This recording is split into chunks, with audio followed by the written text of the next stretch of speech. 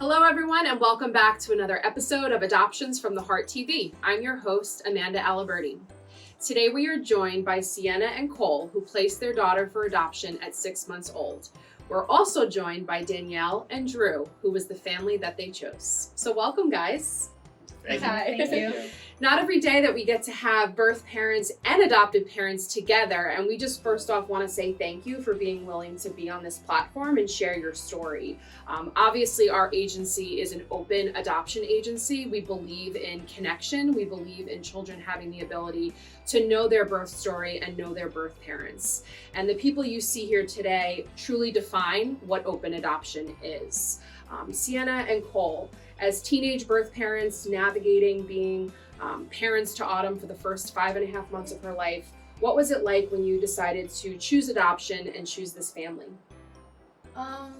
Choosing adoption was probably the hardest decision we've ever made, but I can definitely tell you that meeting Danielle and Drew and seeing how they interact with Autumn, it just calmed me a lot just knowing that there were people who love her just as much as we do, and the more people that love her, the better. Well said. How about for you, Cole? It was definitely exciting and I was nervous. It was kind of a mix of emotions, but I definitely feel that we made the right choice with Danielle and Drew, because they are so kind and loving and caring to this girl, and that's what she deserves. Well, and I know for folks who are considering adoption, it can be very overwhelming, especially if you've never been in this process before. And what I often hear from birth parents is once they started looking at profiles and ultimately found the family that was the right match for their situation, things just started feeling better, and you start to feel a little more confident in what this is all going to be like, because envisioning placing Autumn for adoption is one thing, but knowing where is she going, who are these people that we are trusting our child with, that's a really big deal. What about their profile made you feel reassured? I could definitely tell one of the things that I noticed first was in all their pictures, they were just so happy. They were happy with each other, they were happy where they were, what they were doing, and that's such a big thing, because, your emotions and the way that you take life reflects on your children so heavily. How about for you, Cole? It was honestly along the same lines, just, being positive and, kind and open-minded people. It's definitely been a journey, but it's been a good one with them. And for you, Drew and Danielle, what was it like to be experiencing becoming parents while at the same time connecting with these new folks and building a relationship? And you're still very early on. You guys just only recently placed a few months ago. But what was that like for you to actually meet them and put a face to what a birth parent would be like? If you could give us a little bit of an understanding for what they went through to make the decision for adoption. It gave us a great deal of respect for them, absolutely, and we could tell immediately that Autumn was really loved when she came to us, which I think made it a little bit easier. It's really hard being a first-time parent. We were overwhelmed for the first couple days. I was so much, it's so much at one time. Yeah. And then I think that just how we got her and the fact that she was so loved immediately just made it easier for us off the get-go. So. How about for you, Danielle? A lot of the same. I think, being a first-time parent was also interesting for a 6-month-old, because she also had her own routine, that we were trying to learn what it was and trying to listen to her cues. And like Drew said, she came to us very loved. Yeah. And you could see that. I mean, she was smiling, happy, sociable from the get-go, and that was all them. Sure. Sure. And listen, it's not easy, right? Especially when you don't know each other. So for everybody involved, it's like any relationship. When you don't know people, it's a little awkward at first, right? And that's okay. But I remember that day, and I remember you met them on Zoom on the computer, and I just felt a sense of relief from you when you actually laid eyes on them and started engaging, because it can be scary. It's here you are, you're about to become a parent. here's this child, here are these birth parents, now go ahead and make it work, right? That can be overwhelming. Like, what has helped you guys in starting to build a real relationship? And this is for anybody. I think our first meeting, for me at least, was a big relief. Like when we met in person, they were so open, so welcoming. And then seeing Autumn with them as well was comforting to me. And it gave me, it gave me that faith that this is going to be a good relationship. You know, it really gave me that confidence. It's so amazing the level of openness that we have with them. Like, some people like don't want that, or it's just not in like the agreements and everything. But I mean, I love when I receive the text message pictures and the letters and the visits. Like, it's just, it could have been way different, and I'm so glad that it's like this. And just so folks realize, Cienna and Cole wanted certain criteria when they were choosing a family. They wanted a certain amount of openness. I believe you have 4 visits per year and direct exchange of phone numbers with the family. Not everybody is comfortable with that, and not all birth parents are looking for that type of open adoption. So just know that there's various levels, and it's okay for you to be on either end of the spectrum. But it sounds like for you guys, knowing you could have that openness ultimately helped you. Talk to us about that, Cole. Definitely, like, the communication is really important, and just especially because, like, she's in a new home and with new people, and just kind of seeing that she's happy and healthy and growing and hitting her milestones, it definitely gives me some peace of mind. Because it can be scary. I mean, here you have parents who have been parenting a child for 6 months place their child with people that they don't know.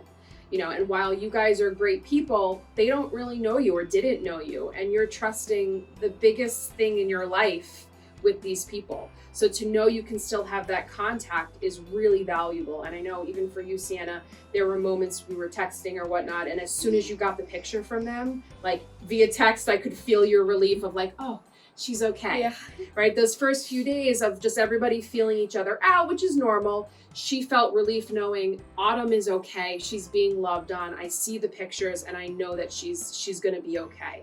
That's important, because when you place your child for adoption, it's all a risk and you don't know what's going to happen. So I'm happy that you guys are able to have that relationship. For Drew and Danielle, what do you say to folks who maybe ask, like, what does this openness look like? Is it hard on the birth parents to still have that contact? Because that's oftentimes a common response when people hear that you have an open adoption. How do you respond to that if it has come up? Or if it were to come up, how would you respond to that, knowing, you know, Cole and Cienna and the importance of them being involved? I think that there's just a ton of fear of the unknown in this. Yeah. And I feel like openness just helps alleviate that. Yeah. That's really like the basic principle of it is, like, you don't know what's going to happen, and you kind of assume the worst until it's not the worst. And I feel like that's what openness is kind of just like, from our perspective anyway, has kind of given us, where it's like, okay, the unknown is not scary, it's actually great. And that's kind of what openness has provided us so far. Great. And that's the goal. That's the hope, is what openness will give. How about for you, Danielle? Like you said, I think a lot of people maybe are not familiar with how open adoption works, and what it can look like. Like you said, there are different levels of openness. For us, you know, the level of openness we have with Cole and Cienna has been a relief, because, and actually a beautiful thing, because when I send them pictures, like one of you commented on her teeth coming in on one of the pictures, or like being able to see her crawl and just hearing that they're proud of her and they're excited for these different little milestones in her life. It shows me that she's getting love from both of us. Yeah. And I think that that's only a good thing for her. Yeah. You know. Absolutely. Well, and it's important to clarify, obviously this is not co-parenting, right? You made a permanent decision. They are her parents now, but Cole and Cienna have not gone away. And I know it's really important to you guys that Autumn grows up knowing who you are. Can you speak on that, Cole? I just want like her to know that, you know, when she's older and she can understand and process this, I just want her to know that this was a decision we made for her, and you know, it wasn't what we wanted. Obviously, in a perfect world, everything would be different, but life isn't perfect, and I also want her to know that sometimes you have to do very difficult things in life for the people you care about. And how about for you, Cienna? I actually have a very close relation to open adoption in a way. My best friend was adopted from the hospital, but she has no idea who her parents are, if she'll ever know who they are. And I see that, and I see how it hurts her and it beats her down because she was so excited for her 18th birthday, but she got no information. So just knowing that Autumn will never have to go through what my best friend does is really nice. And for Drew and Danielle, what can you say in terms of the reassurance, the promise of the future, in terms of like the ability to have the openness? Because I know that's a big fear for birth parents, is like what's going to happen 5 years from now, 10 years from now. And while nobody can predict where everyone's going to be, talk to us about the commitment you're willing to make for Autumn. Yeah, so actually I have a family member in a very similar situation to that, where they didn't know their birth father, and were like calling through a phone book trying to find him at one point in time. And kind of having seen that, I don't want Autumn to have that experience, right? Like, it's important to me that she knows Cole and Cienna, and you know, for everyone's benefit. So yeah, we're very committed to making sure this is a great relationship for everybody. I would just agree. You know, we're committed to the openness for that exact reason, because we don't want her, when these questions do come up in her life, we want to have some answers. We want to have some way to get her the answer she wants without giving her additional obstacles to jump over. That's why we were really that's why we chose open adoption.